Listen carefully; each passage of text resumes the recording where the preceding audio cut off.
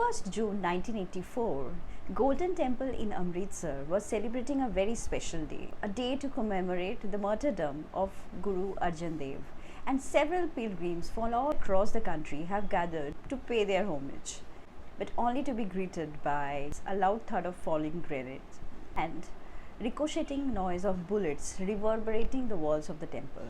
On that day, several pilgrims and civilians lost their lives in the combat between Indian armed force and Punjab militant group under the leadership of Jarnail Singh.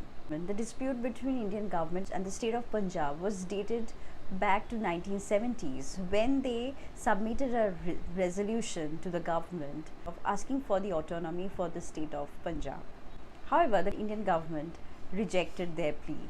In 1982, Harchand Singh, the president of Akali Dal, invited Jarnail Singh Bhindranwala to the Golden Temple to seek refuge from the Indian authority who was looking for him. After a failed negotiation between the Punjab militant group and Indian government on the behest of the then Prime Minister Indira Gandhi launched Operation Blue Star to attack the militant group and arrest Jarnail Singh. However, it was not an easy task because the militant group wouldn't give up without a fight. And so began combat, which resulted in the loss of millions of civilians and pilgrims who came to visit the temple. On 1st of June 1984, under the leadership of Mrs. Indira Gandhi, the then Indian Prime Minister, Indian Armed Force launched Operation Blue Star to attack the Golden Temple and other Sikh temples. What first started as a fight between Indian Armed Force and the Punjab militant group, it with light weaponry, soon became a fight with heavy weapons.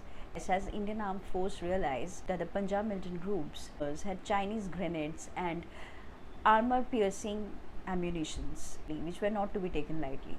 And this is the reason why they brought tanks, helicopters and artilleries. So the fight almost lasted for 10 days. On 6th of June, the militant group soon ran out of their arms and realized that they have to surrender. By 10th of June, Indian Armed Force took complete control of the complex. This entire operation was severely criticized by the Sikh communities from all across the world. And the conspiracy to kill Mrs. Indira Gandhi soon started gaining momentum. After Operation Blue Star, it was advised to Mrs. Gandhi to remove all the Sikhs from a security group, but she vehemently denied, and so the Sikhs continued to be a part of her security. On 31st of October at around 9:20 am, Indira Gandhi came out of her house, Safdarjung, to visit the adjoining block and give an interview to a British actor, which would be telecasted as a documentary. When she started walking through the garden of her house, she was accompanied by her secretariat, including her personal secretary, R.K. Dhawan. And suddenly, she was shot and fell to the ground. Suddenly, 3 bullets hit her. And it was Beyan Singh who fired the bullet from his gun, and Satwan Singh, who was also a part of her security, soon started firing 30 rounds of bullets. Beyan Singh surrendered by saying that I have done what I had to do, now you do what you need to do.